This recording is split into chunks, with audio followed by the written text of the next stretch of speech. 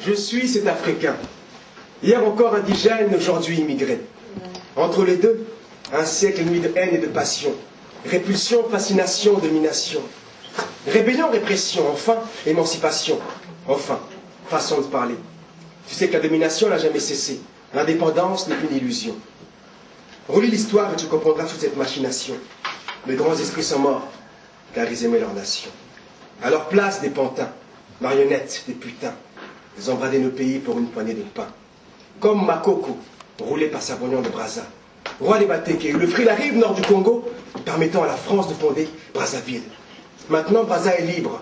Kinshasa vibre au son des douilles. La peur s'installe. Mais la rage de vivre pousse les frères à fuir direction Paris, Londres, Bruxelles. On cercle au nom de volontaires d'asile. Amende à l'envers. Les temps changent, la peur change de camp. Hier, le français, belge et l'anglais faisaient régner la terreur. Tenaient l'empire colonial d'une main de fer. Aujourd'hui, c'est vers eux qu'on se dirige pour fuir l'enfer. Les tyrans sanguinaires que bien souvent ils soutiennent. Un paradoxe étrange.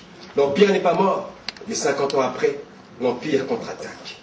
Veni, vidi, vici. Il a exploré, vu et vaincu, constitué son empire. Veni, vidi, vici. Attaqué en masse sur tous les fronts, l'empire contre-attaque. Sur cette terre d'ébène, des hommes naissent nus, luttent, meurent, renaissent. Le désir toujours intact d'arracher aux colonisateurs les conditions d'une vie décente.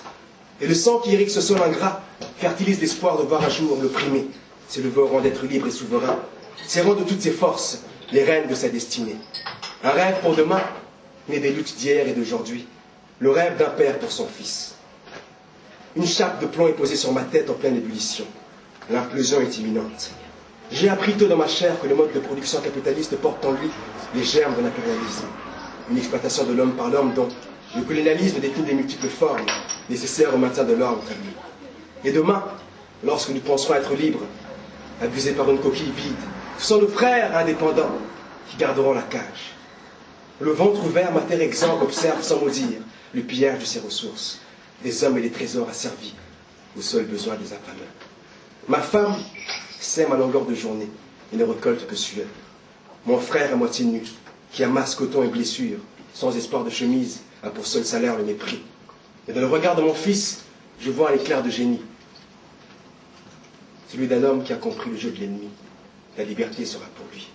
Merci à vous.